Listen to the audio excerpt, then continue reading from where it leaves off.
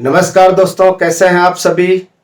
देखिए, हम भारतीय साक्ष्य अधिनियम का जो नेक्स्ट स्टेप है, लेक्चर्स है, आज हम उस कड़ी में पढ़ेंगे कि दो प्रकार की एविडेंस, यहां पर तीन प्रकार के एविडेंस। पहला एविडेंस आपको पता होगा, ओरल एविडेंस। ये भी बहुत इंपॉर्टेंट है, ठीक है। ओरल एविडेंस मतलब मौखिक साक्ष्य, आपको पता होगा मौखिक साक्ष्य। इसको आपको याद रखना है। मौखिक साक्ष्य किसमें दिया हुआ है, याद रखिएगा। इसको याद करने के लिए या तो डायरेक्ट 54 बोलो या फिर 45 बोलो, ऐसे उल्टा, ठीक है। 4-5 आदमी का साक्ष्य, ठीक है। ये 54 और 55 में दिया हुआ है, 55, ठीक है। ये दो सेक्शन आपको 100% याद करना ही पड़ेगा। अब यहां पर जो है दो सेक्शन कम से कम मौखिक साक्ष्य में 54 बहुत इंपॉर्टेंट है और 55। 54 में क्या करा है कि ओरल एविडेंस, ठीक है। यहां पर जो है क्या दिया हुआ है, प्रूफ ऑफ फैक्ट। ये जो है प्रूफ ऑफ फैक्ट, इसका ओरल एविडेंस होता है, फैक्ट का प्रूफ के लिए। और किसके माध्यम से, बाय ओरल एविडेंस, यानी कि ओरल यानी कि मौखिक साक्ष्य के द्वारा तथ्यों का प्रूफ दिया जाता है। तथ्यों का, हमेशा तथ्यों का मौखिक साक्ष्य होता है। जो भी तथ्य होंगे उस तथ्यों का जो है ये ओरल एविडेंस दिया जाता है। किसका दिया जाता है, फैक्टों को प्रूव करने के लिए, तथ्यों की साक्ष्य के लिए, समझिए, प्रूफ, ठीक है। 54 याद रख गया कि ओरल एविडेंस के द्वारा फैक्ट को अपने साबित करना है। जो भी फैक्ट है उसको साबित करने के लिए 54 में दिया हुआ है। और ये जो 55 दिया हुआ है बहुत इंपॉर्टेंट है भैया।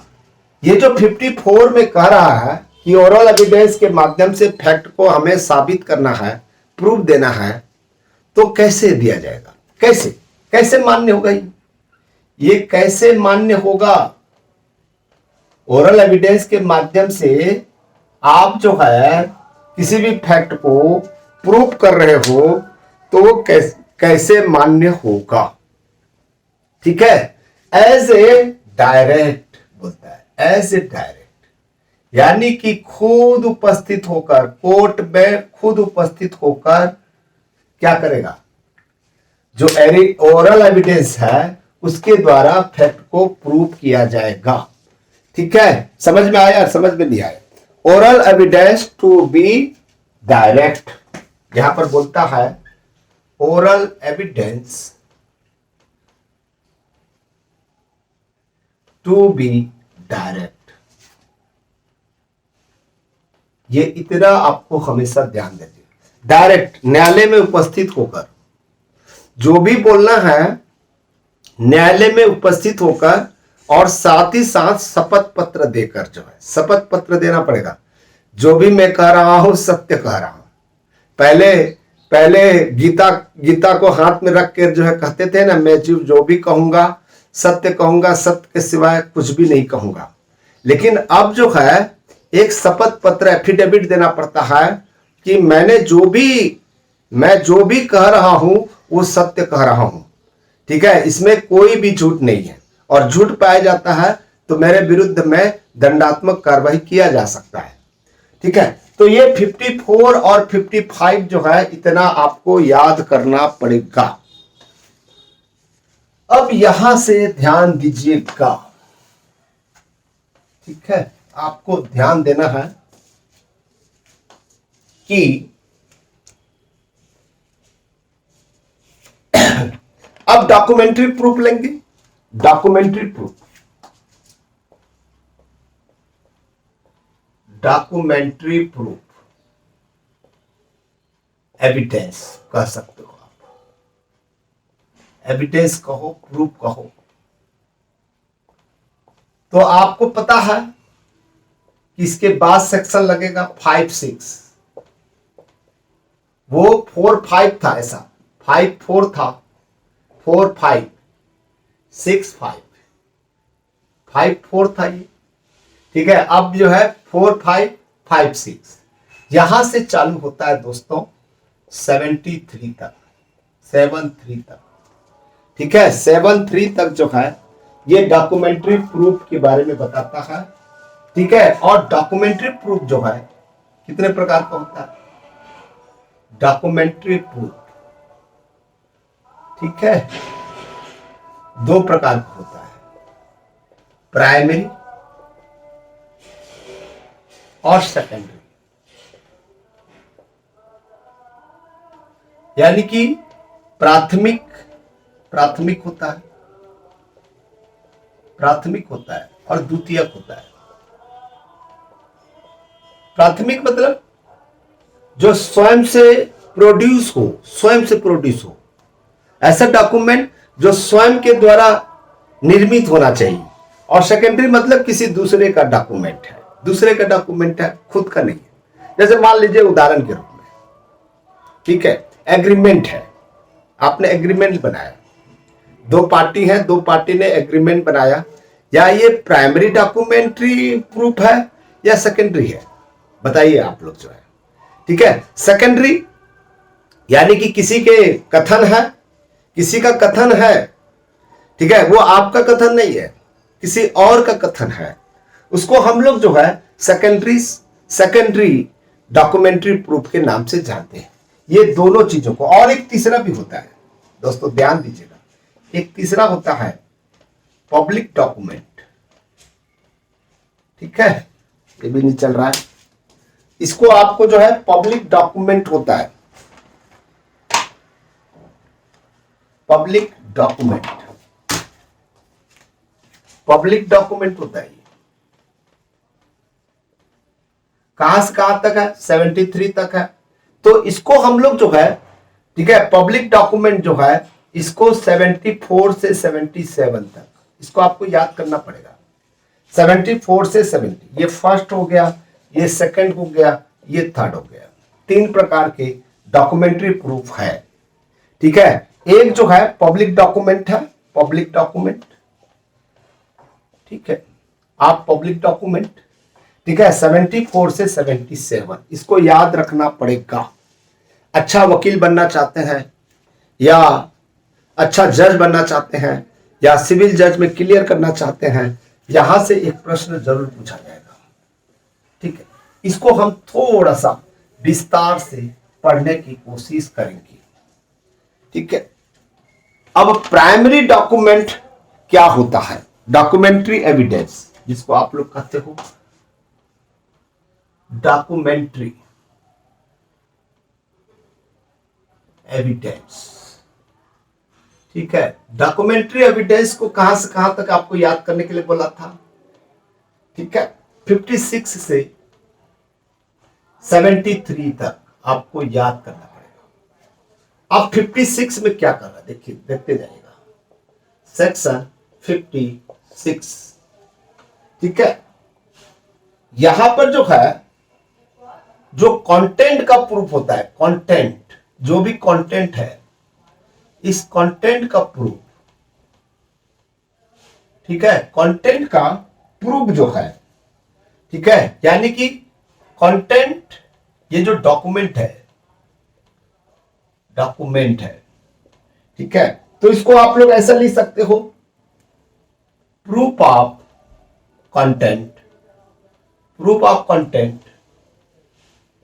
ऑफ डॉक्यूमेंट, ठीक है, ऑफ डॉक्यूमेंट।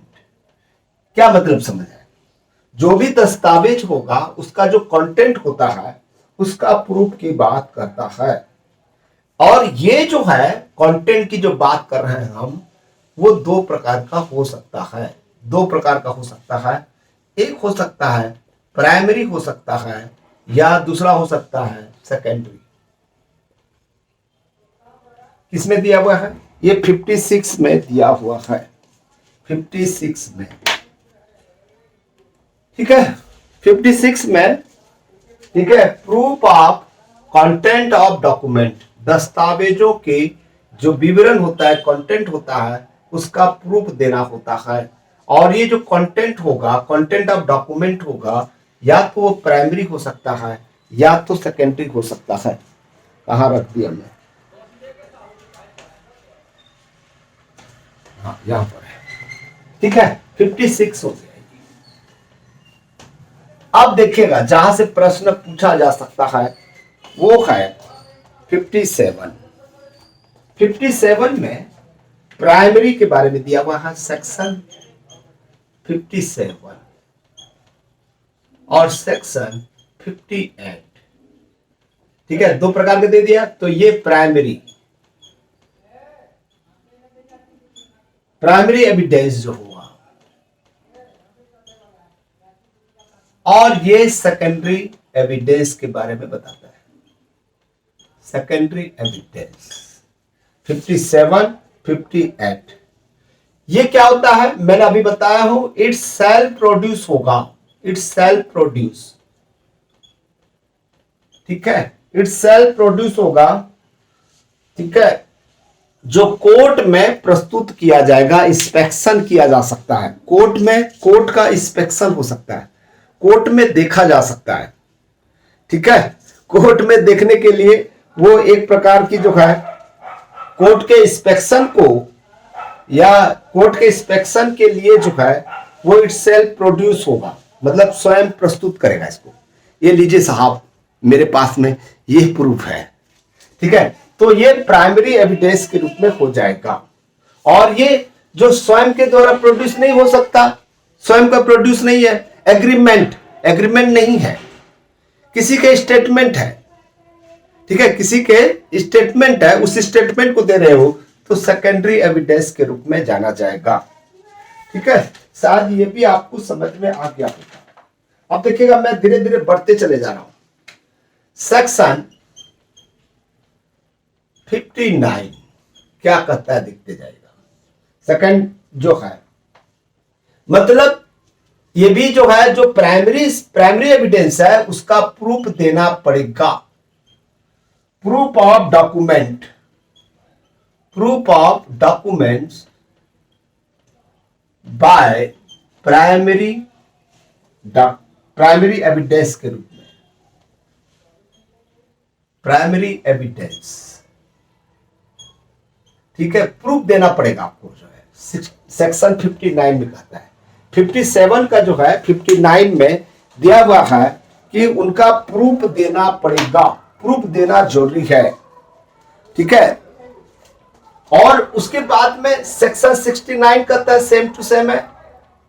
सेक्शन 60 कहता है proof of documents by secondary sources, secondary evidence. इसमें भी प्रूफ दिया जा सकता है, प्रूफ ऑफ डॉक्यूमेंट। भाई प्रूफ तो देना पड़ेगा ना। ठीक है, यानी कि ऐसे मामले जिनके दस्तावेजों से संबंधित द्वितीयक साक्ष्य दिया जा सकता है। ठीक है, यानी कि 59 में प्राइमरी एविडेंस का, डॉक्यूमेंट का प्रूफ देना पड़ेगा, और 60 में जो है सेकेंडरी एविडेंस का जो है प्रूफ देना पड़ेगा, दिया जा सकता है। ठीक है, ये कहता है कि ये 60 जो है इस तरह से आपको समझना है। उसके बाद में जो है, उसके बाद में बस इतने ही खत्म हो गया। ये प्राइमरी सेकेंडरी खत्म हो गया, दिया जा सकता है, बोल रहा है उसका प्रूफ दिया जा सकता है।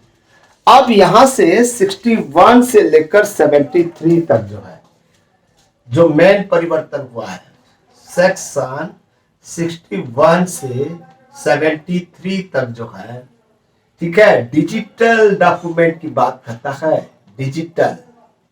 डिजिटल डॉक्यूमेंट, ठीक है, या ई कंटेंट की बात करता है, ई डॉक्यूमेंट की बात करता है।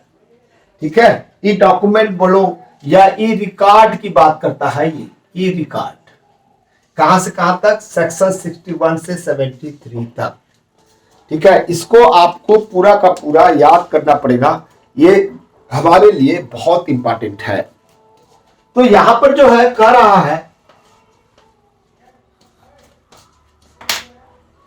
क्या कर रहा है कि देखो भाई 61 जो है 61 डिजिटल डिजिटल की बात करता है, डिजिटल रिकॉर्ड की बात कर रहे हैं। ठीक है, 62 जो है यहां पर कर रहा है, ठीक है, ई रिकॉर्ड की बात करता है, ई रिकॉर्ड। ठीक है, 63 जो है, ये जो ई रिकॉर्ड है इसका जो है, ठीक है, एडमिसिबल स्वीकृति की बात करता है। ई रिकॉर्ड में जो स्वीकृति की गई है, ठीक है, मान लीजिए ई रिकॉर्ड से तात्पर्य व्हाट्सएप में या फेसबुक में या वीडियो बनाकर ऑडियो बनाकर उन्होंने एडमिसिबल किया हुआ है, एडमिशन किया हुआ है, स्वीकृतियां की हुई है। तो ये 63 में बोल रहा है। ठीक है, अब यहां पर रूल्स है, यहां पर एक रूल्स दिया गया है, रूल्स। ठीक है, एज टू नोटिस देने का रूल बना हुआ है। ठीक है, आप प्रोड्यूस, जो भी आप प्रोड्यूस करोगे किसको, ये जो ई रिकॉर्ड को या डिजिटल रिकॉर्ड को, उसके लिए जो है एक नोटिस के रूप में आपको रूल्स बना हुआ है, उसके तहत आपको जो है प्रस्तुत करना है। ठीक है, 65 जो है यहां पर आपको पता है कि ये बहुत इंपॉर्टेंट है दोस्तों, इसको याद कर लीजिएगा। सिग्नेचर होता है, आपको पता है, सिग्नेचर को मिलान करना पड़ता है। ठीक है, या हैंड राइटिंग की बात करता है, उन्होंने लिखा है कि नहीं लिखा है, handwriting of a person to a person. लोगों के जो हैंड राइटिंग है, सिग्नेचर है, ये इसके तहत जो है वो एविडेंस के रूप में देखा जाएगा। 66 बहुत इंपॉर्टेंट है। ठीक है, proof of E signature, proof of दिखाई दे रहा है, प्रूफ ऑफ ई सिग्नेचर की बात करता है, ई सिग्नेचर। ठीक है, 66 भी बहुत इंपॉर्टेंट है। ई सिग्नेचर का प्रूफ आजकल कास्ट सर्टिफिकेट, डोमिसाइल सर्टिफिकेट सब ई सिग्नेचर के माध्यम से होता है, डिजिटल फॉर्म में होता है। ठीक है, और कुछ चीजें हैं जो मैं आपको बता देता हूं ताकि वीडियो बड़ा ना हो। ठीक है, शायद आपको समझ में आ रहा होगा। ठीक है, 67 जो होता है ये अटेस्टेड कॉपी है। यदि अटेस्टेड कॉपी दे रहा है, अटेस्टेड कॉपी के बारे में। ठीक है, 68 जो है आपका जो है, ठीक है, वो अटेस्टेड करके नहीं दे रहा है, अटेस्टेड कॉपी नहीं है। ठीक है, अटेस्टेड कॉपी वो नहीं है। जब ऐसे स्थिति में विटनेस जो है, विटनेस फाउंड होगा, अटेस्टेड का आपने तो विटनेस के रूप में वो आके बताए कि क्या आपने इसको सर्टिफाई किया है या नहीं किया है, इसके बारे में दे रहा है। और यहां पर जो है ध्यान दीजिएगा, मोस्ट इंपॉर्टेंट है 73 जो है, 73 जो है। ठीक है, यहां पर डिजिटल सिग्नेचर का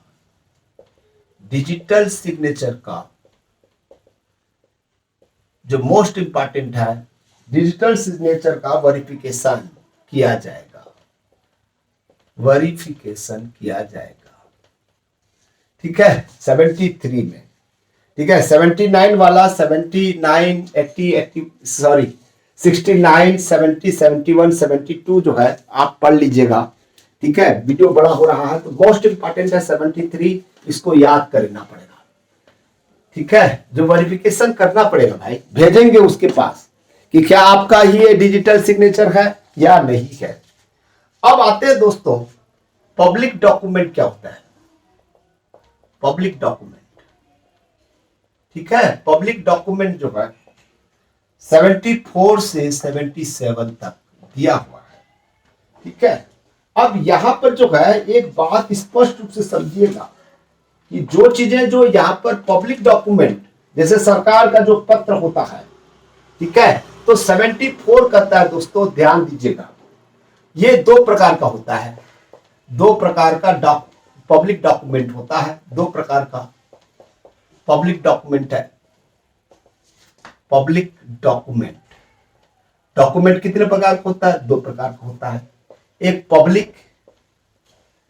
पब्लिक होता है और दूसरा प्राइवेट होता है। पब्लिक मतलब सरकार की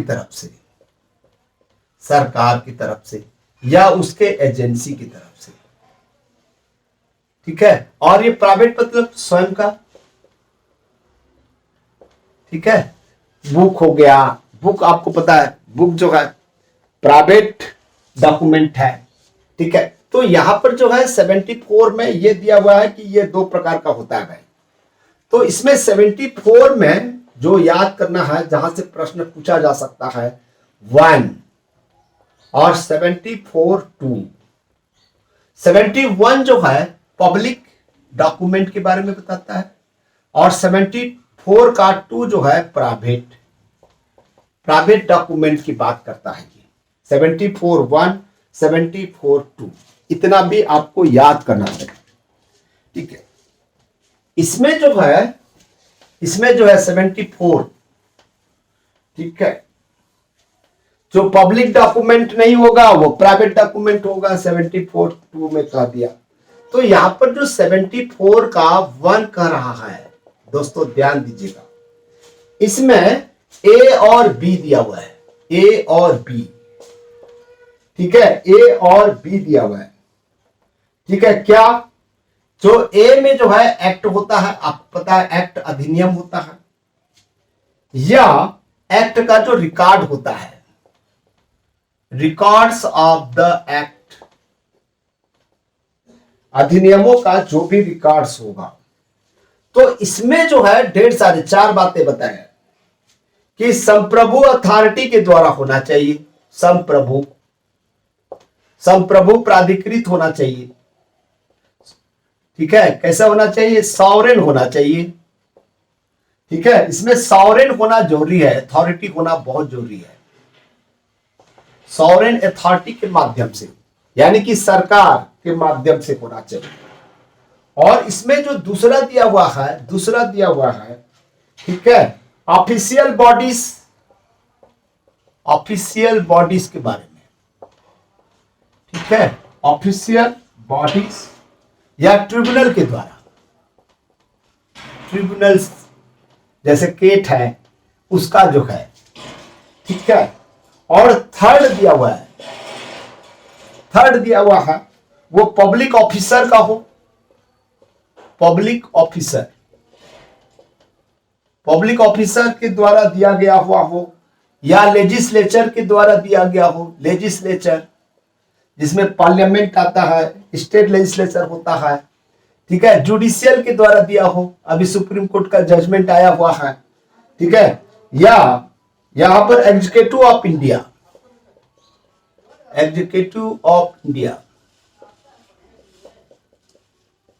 इसके द्वारा दिया गया हो, या फॉरेन कंट्री के द्वारा दिया गया हो, ठीक है। Foreign country